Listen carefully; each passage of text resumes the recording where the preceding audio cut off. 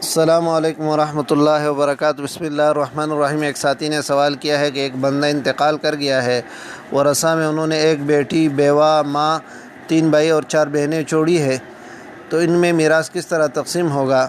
تو اس کا جواب یہ ہے کہ اس صورت میں مسئلہ 48 سے بنے گا، یعنی ٹوٹل میراث کو 48 حصے بنائیں گے۔ ٹوٹل 48 حصوں میں سے بیٹی کو 24 حصے ملیں گے، اس لیے کہ سورۃ النساء 11 نمبر آیت میں اللہ فرماتے ہیں وَإِنْ كَانَتْ وَاحِدَةٌ فَلَهَا النِّصْفُ، اگر بیٹی ایک ہو تو ٹوٹل میراث کا آدھا حصہ ان کو ملے گا۔ تو 48 حصوں میں سے 24 حصے آدھا بنتے ہیں، لہٰذا 24 حصے ان کو ملیں گے۔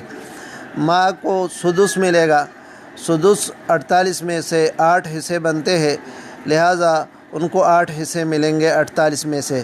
قرآن مجید میں اسی 11 نمبر آیت سورۃ النساء میں اللہ فرماتے ہیں وَلِأَبَوَيْهِ لِكُلِّ وَاحِدٍ مِّنْهُمَا السُّدُسُ مِمَّا تَرَكَ إِنْ كَانَ لَهُ وَلَدٌ، والدین میں سے ہر ایک کو چھٹا حصہ ملے گا اس مال میں سے جو بیٹے نے چھوڑا ہے، اگر بیٹے کے اولاد ہو۔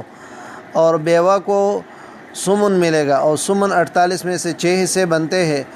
سورۃ نساء 12 نمبر آیت میں اللہ تبارک و تعالیٰ فرماتے ہیں فَإِنْ كَانَ لَكُمْ وَلَدٌ فَلَهُنَّ الثُّمُنُ مِمَّا تَرَكْتُم مِّن بَعْدِ وَصِيَّةٍ تُوصُونَ بِهَا أَوْ دَيْنٍ، کہ ان بیوہ عورتوں کو 8واں حصہ ملے گا اگر میت کے اولاد موجود ہو، اور باقی جو 10 حصے رہتے ہیں تو 10 حصے جو ہے وہ بہن بھائیوں میں اس طرح تقسیم ہوں گے کہ بھائی کو بہن کا ڈبل ملے گا۔ اللہ تبارک و تعالیٰ سورۃ نساء 176 نمبر آیت میں فرماتے ہیں وَإِنْ كَانُوا إِخْوَةً رِجَالٌ وَنِسَاءٌ فَلِلذَّكَرِ مِثْلُ حَظِّ الْأُنثَيَيْنِ، اگر بہن بھائیوں میں مرد عورتیں دونوں ہو تو بھائیوں کو بہن کا ڈبل ملے گا۔